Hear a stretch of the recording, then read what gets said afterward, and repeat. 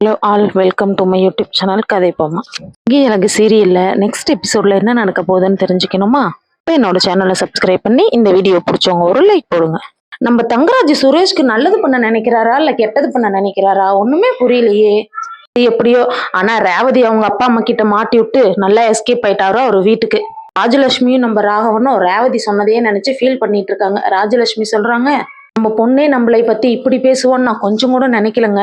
இந்த காலத்து பிள்ளைங்களுக்கெல்லாம் நம்ம நல்லது சொன்ன போனா கூட நம்ம கெட்டவங்களாதான் தெரியும் போல. நீ பார்த்தா என்ன அவ்வளோ கொடுமைக்காரி மாதிரியா தெரியுது ரேவதிக்கு?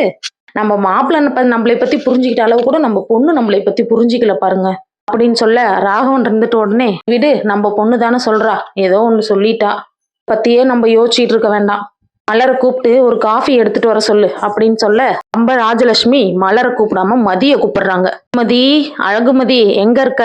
அம்மாக்கு காஃபி வேணுமா? எனக்கு டீயும் அவருக்கு காஃபியும் போட்டு எடுத்துட்டு வாப்போ அப்படின்னு சொல்ல, உடனே உள்ள வந்து இருங்க மதி, நான் போய் எடுத்துட்டு வரேன்னு சொல்றாங்க.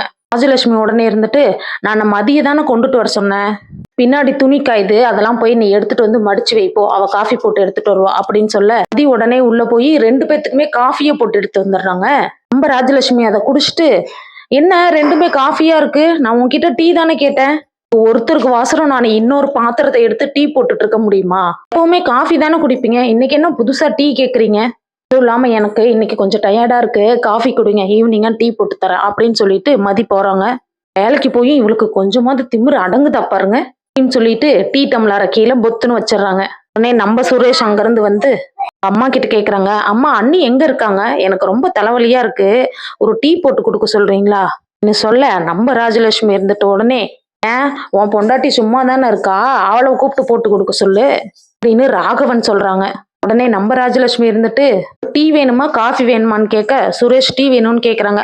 அப்ப காஃபி கேளு, அப்பதான் டீ வரும், நீ டீ கேட்டா காஃபி வரும், காஃபி கேட்டா டீ தான் வரும் அப்படின்னு சொல்ல, நான் எனக்கு டீ போட்டு எடுத்துட்டோன்னு சொல்றேன், உன் பொண்டாட்டி காஃபி போட்டு எடுத்து கொடுத்துட்டு போறாடா, கேட்டா எனக்கு டயர்டா இருக்கு, நான் சாயங்காலம் போட்டு தரேன்ட்டு போறேன், கடைசி வரைக்கும் திருந்தவே போறது இல்லைன்னு நினைக்கிறேன் பேசிட்டு இருக்கும் போதே நம்ம சுரேஷ், சரி விடுங்கம்மா, அப்படி எனக்கு டீயும் வேணாம் காஃபி வேணாம் அப்படின்னு சொல்லிட்டு எழுந்திரிச்சு போயிடவே, என்னங்க இவன் இப்படி மாறிட்டான், இப்படி சொல்லிட்டு போறான், பொண்டாட்டி பத்தி ஏதாவது ஒண்ணு சொன்னா தாங்க முடியல இவனுக்கு, நம்மளே முறைச்சிட்டு போறான்.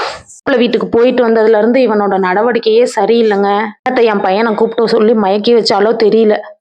ராகவன் இருந்துட்டு உடனே, சரி விடு, எப்படியோ அவங்க 2 பேரும் சந்தோஷமா இருந்தா சரிதான் சொல்றாங்க. சுரேஷ் உடனே உள்ள போய் மதிக்கிட்ட, ரொம்ப தலைவலியா இருக்கு, ஒரு காஃபி போட்டு எடுத்துட்டு வரியா அப்படின்னு சொல்லிட்டு நம்ம மதி சுரேஷ்க்கு காஃபி கொண்டு வந்து கொடுக்குறாங்க. சுரேஷ் உடனே தங்கராஜ் சொல்றத நினைச்சு யோசிச்சுட்டு இருக்காங்க, இவளை எப்படியாவது நம்ம வழிக்கு கொண்டு வந்துடணும் அப்படின்னு சொல்லிட்டு மதிக்கிட்ட, மதி காஃபி சூப்பரா இருக்கு, நீ இவ்வளோ சூப்பரா காஃபி போடுவோன்னு எனக்கு இத்தனை நாளா தெரியாம போச்சு, இனிமேல் எனக்கு காலையில நீயே டெய்லியும் காஃபி போட்டுத்தா அப்படின்னு சொல்ல, நான் வீட்டுல சும்மா இருக்கேன்னு சொல்லி காட்டுறீங்களா அப்படின்னு மதி கேட்க, ஐயோ நான் அந்த அர்த்தத்துல சொல்ல மதி, நீ நல்லா காஃபி போடுற, அதனால எனக்கு டெய்லி நீ போட்டுதான்னு சொன்னேன், நீ இன்னும் வேலை போனதே நினைச்சு ஃபீல் பண்ணிட்டு இருக்கியா, இந்த வேலை இல்லைன்னா இன்னொரு வேலை, பேசாம கவர்மெண்ட் ஜாப்க்கு உட்காந்து படிக்கலாம்ல அப்படின்னு சொல்ல, உடனே இருந்துட்டு, அப்படிலாம் இல்லை, எனக்கு இந்த காலேஜ் ஆரம்பத்துல இருக்க ஸ்டாஃப்ஸ் அங்க இருக்க ஸ்டூடெண்ட்ஸ் கூடலாம் எனக்கு ரொம்ப செட் ஆயிடுச்சு, டக்குன்னு இப்படி ரிலீவ் ஆகி வருவேன்னு நான் கொஞ்சம் கூட எதிர்பார்க்கவே இல்லை சொல்ல, நம்ம சுரேஷ் உடனே மதி பக்கத்துல போய் மதியோட கையை பிடிச்சி, சரி விடு மதி, நான் இருக்க, நீ எதுக்கும் ஃபீல் பண்ணாத, நான் ஏதா பாத்துக்கிறேன் அப்படின்னு சொல்ல, மதி உடனே ஷாக் ஆகி பாக்குறாங்க. சுரேஷ் கையை பிடிக்கிறத கண்டினியூ பண்ணலாமா இல்ல எடுத்து விடலாமான்னு மதி நின்னுட்டே இருக்காங்க. சுரேஷ் உடனே நினைக்கிறாங்க, இன்னும் கொஞ்ச நேரம் இவ கையை நம்ம பிடிச்சிட்டு இருந்தா மறுபடியும் நம்ம தலையில இடிதான் விழும் அப்படின்னு நினைச்சிட்டு கையை டக்குன்னு எடுத்துடுறாங்க.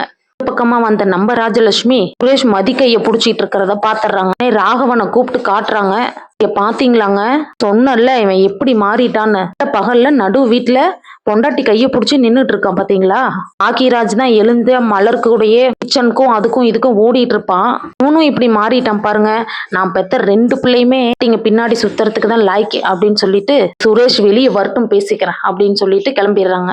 நம்ம சுரேஷ் மதிக்கிட்ட கேக்குறாங்க, ஆமா நீ உனக்கு உன்னோட ஜாப் பெர்மனன்ட் ஆக போனதுதானே சொல்லிட்டு இருந்த, எந்த ரீசனுமே இல்லாம திடீர்னு உன்னை எப்படி ரிலீவ் பண்ணுவாங்க, காலேஜ்ல இருந்து ரிலீவ் பண்றதுக்கு முன்னாடி என்ன ரீசன் எல்லாம் சொல்ல மாட்டாங்களா, எந்த ரீசனுமே இல்லாம ஒருத்தரை எப்படி காரணமே இல்லாம ரிலீவ் பண்ண முடியும், வீட்டுலதான் உன்னோட வாயெல்லாம் போடல, வீட்டுல இவ்வளவு வாய் பேசுற, காலேஜ்ல வெளியே போன்னு சொன்ன உடனே கம்முன்னு வெளியே வந்துட்டியா நீ அப்படின்னு கேட்க, மதி உடனே இருந்துட்டு, இல்லைங்க என்னால அந்த சிச்சுவேஷன்ல என்ன பண்றதுன்னே தெரியல, ஜாப் பெர்மனன்ட் ஆகும்னு நான் எக்ஸ்பெக்ட் பண்ணிட்டு இருக்கக்குள்ள திடீர்னு அவங்க கூப்பிட்டு இந்த டெம்பரரி ஜாப்ல இருந்து ரிலீவ் ஆகிக்கணும்னு சொன்ன உடனே எனக்கு என்ன பண்றதுன்னே தெரியல. இல்ல நான் வெளியே வந்துட்டேன்னு சொல்றாங்க. அடுத்த இருக்க போகுது நாளைக்கு பார்ப்போம். என்னோட சேனலை சப்ஸ்கிரைப் பண்ணாதவங்க சப்ஸ்கிரைப் பண்ணிக்கோங்க.